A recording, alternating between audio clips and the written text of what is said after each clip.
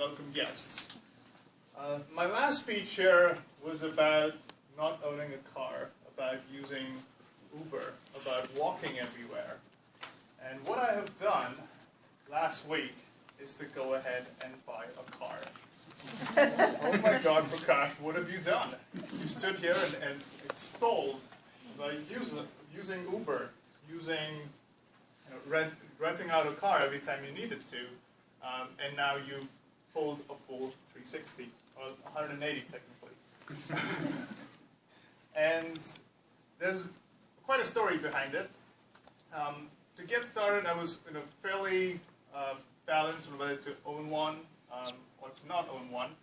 After 4 years of owning one, I told you the story about all the hassles of owning a car, the pride in ownership, and the cost associated with it. But at the same time, you can't really show up for a date sitting at the back of a car unless it's a Bentley or a Rolls Royce. And you have family, and you want to take them around for trips, and so it always comes in handy to have a car.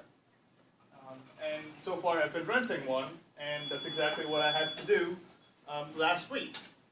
So I went down to this car rental place, picked up a car in the morning, drove my family around, we had a great time. I go back in, return it the next day, and I look in my credit card statements later on that I've been charged twice as much as what I should have been charged. And I thought to myself, well, this is just a simple oversight. This should be, quite a quick phone call, and I should get my money back. So I gave them a call, and I spoke to this branch manager, who for some reason did not want to hear it. All she kept saying was, "I'm sorry, sir, this is a 2-day rental, and I can't help you." And I was absolutely livid after 15 minutes of talking to this woman. I had enough. I decided I'm going to challenge the charge on the credit card. I'm calling the Better Business Bureau. I'm going to call the car rental companies, quality control, whatever. I even got the CEO's number. I kid you not. Go on the internet and just Google the company name and CEO and their number, and it'll pop up, and you can just send them a note. Unfortunately, it also said, please do not contact the CEO with any support issues. So I did not do that. So instead I said, enough of renting cars. I'm just going to go buy one because I can.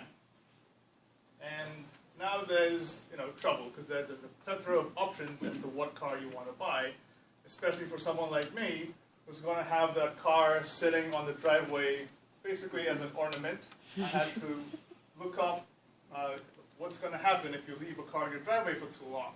Apparently, you have to move your car back and forth, otherwise you get a flat spot on your tire.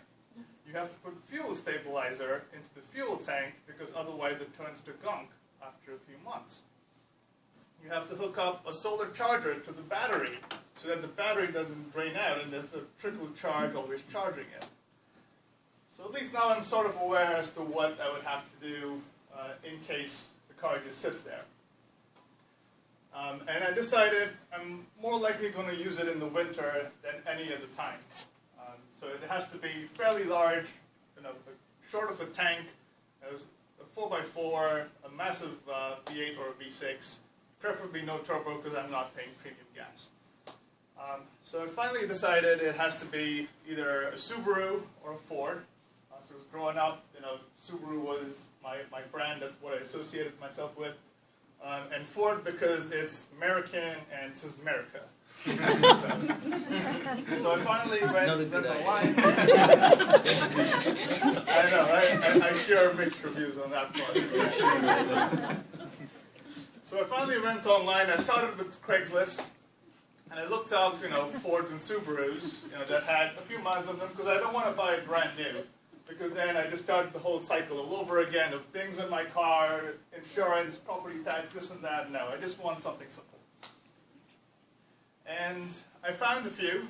I gave this person a call who had a Ford F-150, and it said, it's in Stamford. I said, great. And there was a little map on there where it said where the car was, and it was right next to the train station. So I gave him a call. I said, can I come take a look at the car, at the trunk rather? And he said, yes, absolutely. You can stop by Bridgeport anytime. And I was like, the ad is for Stanford, right? Oh, he said, yes, yeah, I have a company based out of Bridgeport, Danbury, Stanford, so I just put Stanford in. So I said, okay, you've got, 5.4 liter V8, and it looks fairly in mint condition, why are there so many miles on it? 200,000 to be exact. And he said, well, there was this person that I got this car from, he was driving around, between, I think it was Florida and back here, so there are quite a few miles, but, it's all highway miles, so it's all fine. And then finally, I asked him how many miles is on it right now. 250,000. So I then hung up, and then I decided to, cast a wider net. I started looking at, used car dealerships around here. And I finally found a Ford Explorer, matching exactly what I wanted. Big V8, 4x4. The interiors look clean, so I'm not the only person who's going to sit in it, and other people might want to consider sitting in it as well, like family, or a date, for instance. So I went down there, decided to test ride, and I met this person called Ed.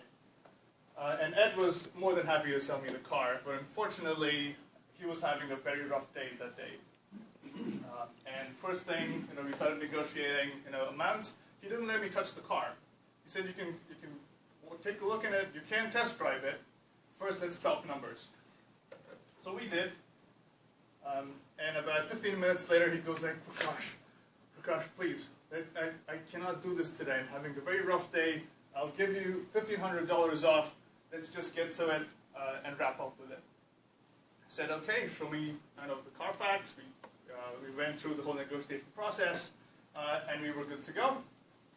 And about a half hour later, running through the numbers, with the bank, I had a couple of keys that I had to get used to in my pocket. And I'm happy to say that things have been good so far. It hasn't fallen apart. There isn't any rust. And I'm happy to head out for a hike in the summer. And I'll stay full because I can do groceries when I want to. And welcome guests. What I'd like to do is explain what an HPL is to start. As you move down the parallel paths of speaking and leadership, you start to get into more involved projects. You can choose to do or not. I mean, it's up to you. Depends on what your goals are. So you heard from Marcia tonight. She did an advanced speaking manual speech, one of the speeches within that. And various people over the weeks you've seen advanced speeches. So the high performance leadership, by the way, leadership is the word of the day. You see how that works? Leadership. Paying attention? Just thank you. So high performance leadership manual combines a few things. It's about leadership and also speaking. So there's a speech tonight. There's another speech that will be later on. You have choices. You can either do this about your business. You could do something in the community, which were very interesting to me. But I said, why not do something to the club? Why not give back? I spoke with our president, Sharon, and she said, this is a great idea. Let's bring our leadership team together for the club. And what the decision was, let's do something about members, new members, bringing in membership. Isn't new membership the lifeblood of the organization? I mean, how many people have joined this group in the last year? Last year. How about the last 2 years? If you joined the last year and then a year before, so 2 years, you're new to the club. How many people? Now you had your hand up for 1 year. You still have your hand up. What's up with that? So the point is, more than half the people in the room are new members. So just imagine again another half of this room being new members at this time next year. How cool would that be? So that's the focus of what we're doing. So here's the vision for the project. And you can all see what this says. I'll just read it to you. Create a new member drive in January, February, March 2017 timeframe based around 3 events where guests are able to feel, engage in, and understand the value of joining the Greater Toastmasters Club. Provide the opportunity for club officers and members, everybody in this room except the guests, until you become members, which I hope you'll do tonight, to obtain leadership project and CL credits in their manuals, which is why you heard earlier to always bring your manual, because when you get involved in things, you can get your credits, right? So this is a great way at these events to get some credits in your leadership map, as you'll see in a minute. Our mission, drive new membership through specific events. Form a core team. I mean, that's part of leadership. I'm not going to read this one, but you can read it for yourselves as I'm speaking. So we already have an action committee. There's a group of people that said, I want to be involved. I want to help with these events.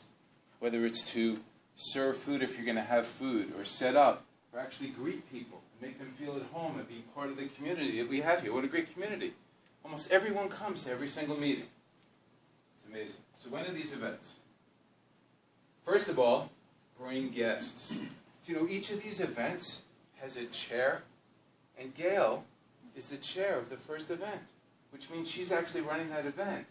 And I'm here to help and guide and to lead and work with Gail to do that. So we have a team of people. We're all working to make this happen. So what can everyone in this room do? Bring a guest. You know what Gail said to me before the meeting? I want to look people in the eye and know that they're going to bring a guest. Are you going to bring a guest? No. See, he's an old school. I gave him $5 to say that. But nobody else would ever say that, unless you want $5. So join the team. Get involved. I'll lead. And you can come along. Come along for the ride. Have fun. Volunteer. Who wants to sign up? I have a sheet right here. See me at the break. You can sign up. Raise your hand. Volunteer. Let's shake hands tonight. Let's seal the deal. Shake hands and seal the deal. We're a family. We're a family. So make it fun. Have our guests feel like we're a family. I'll handle the mic if you're worried about the speaking parts. But there's a lot of moving parts because we're a team. This is how you can contact me. But I'd really like to shake your hand and have you sign up to volunteer. Look me in the eye, look Gail in the eye, and say, I'll bring a guest. You gonna bring a guest? Yes. See that?